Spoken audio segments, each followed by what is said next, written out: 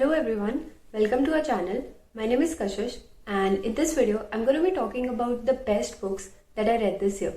And by best means that they were just my favorite. I loved how they made me feel and whatever I learned from them. And the list of my favorite books from this year was much longer, but I'm going to be talking about the 6 books in this video, keeping in mind the different genres from personal essays to fiction. So yeah, let's get into that. The first book on my list is Crying in H Mart by Michelle Zauner. I think I read a couple of memoirs this year and this was one of my favorite ones because A, it was a memoir and I have found my love for reading memoirs, and B, it made me cry. And I love reading anything that can make me cry, that can destroy me emotionally inside and outside. So the story is about Michelle and her mother and how she copes up with her death. They both had a turbulent relationship throughout Michelle's life, but then her mother gets diagnosed with cancer, so she moves back to Oregon to take care of her and in the hope of healing the wounds between them. Michelle finds comfort in Korean food after the death of her mother. She learns how to cook Korean food and she goes to H Mart, which is also mentioned in the title. It's a supermarket chain that specializes in Asian food. She goes there and she cries while buying ingredients and looking at other people with their families. This book is full of Korean cuisines, and one thing that I loved about it was that it made me realize that something as trivial as food can have so many emotions attached to it. And food was something that haunted Michelle for a very long time after her mother's death, but then it was the thing that helped in healing her and moving on, if we ever can do that. Apart from that, the book is also about how Michelle struggled with both the Korean and the American parts of her identity. She always wanted to be whole American, but it wasn't until later after her mother's death that she realized she wanted to belong to that Korean part of herself. Michelle also talks about how her band, The Japanese Breakfast, came into being. It's a very nice band if you want to check it out. And I remember I kept listening to the album she dedicated to her mother after completing the book, and I could feel all the emotions that she was talking about, and it was a very overwhelming experience. But it's a nice band and you can pick this book if you want to read it. It's about relationships, not just between Michelle and her mom, but also between her dad and her relationship with her husband. And it might not make you cry as much as it did to me, because I can basically cry over anything, but it still remains a very beautiful book. The next book on my list is Maybe You Should Talk to Someone by Lori Gottlieb. I have my own preconceived notions about books that give you life advices or those self-help books, but this is not exactly a self-help book, but it kind of deals with our actions and behavior patterns, and it gives you pointers to identify them, but not in a very preachy or very bulleted kind of points way. It talks about all these things in a very nice emotional way and it connects with you. This book is written by a therapist. She takes us through the journey of various patients that come to her and how she helps them. But here's the catch. The therapist is also seeing a therapist because of all the troubles that has been happening in her life. And that's why I love this book. People who give you life advices tend to pretend that they have their own life sorted, they know their way around. But here's how this book is different. You get to see the moments where a person who is supposed to help others needs help. For me personally, there were so many realizations that made me a little bit of uncomfortable, or a little bit more than that, who knows. But I love this book because not only just because of the therapy it does for you without charging you thousands of bucks per hour, but also because of the people she talks about.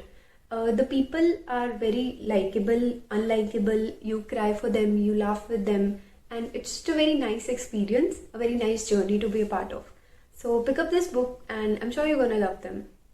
Next on my list is not just one book, but 2 books that are written by the same author. They are Beautiful World, Where Are You? And Conversation with Friends by Sally Rooney. I know, okay? I know. You all must be tired of hearing how amazing Sally Rooney is, how anyone who reads her falls in love with her writing and can't stop recommending it. But here's what I'm going to tell you. It's absolutely correct. Sally Rooney, I never thought that I would say this for another writer, but Sally Rooney is worth the hype. I had been asking Medha to read Sally Rooney for a while, and when she finally picked up Beautiful World, Where Are You?, she couldn't stop sending me the highlights and her favorite parts from it. Like, really, she couldn't. And that's how you know that Sally Rooney is an incredible writer. Beautiful World, Where Are You is a story of two friends, Alice and Eileen. Alice is a writer and Eileen works in a book publishing business. The story is about their lives. They write emails to each other and share stuff about what's happening around them, with them. And it's also a story about their other two friends, Simon and Felix. Oh my god, I am just so bad with their names. But yeah, it's about Simon and Felix as well. And the conversation with friends is also a story about two friends, Francis and Bobby, and how their lives change when they meet a married couple, Nick and Melissa.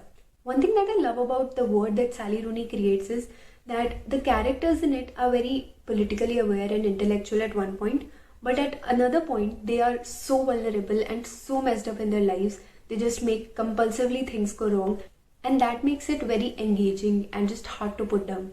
I remember I started reading Conversation with Friends and I completed it in one day because it was so engaging and I just couldn't stop reading it even though my eyes were like burning. So if you want to read some amazing fiction, then pick up Sally Rooney and I'm sure you're gonna love it. Next book on my list is The Color Purple by Alice Walker. This book made me feel so many things in a very nice and not a very nice way that I opened Notion. I wrote down all the favorite parts of this book, my highlights and all the quotes that I loved. So you can think how amazing this book was because I am very lazy at making notes from the book that I read.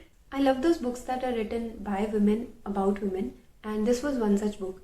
It's a story about Silly, which she tells us through her letters to God and then subsequently to her sister Nettie.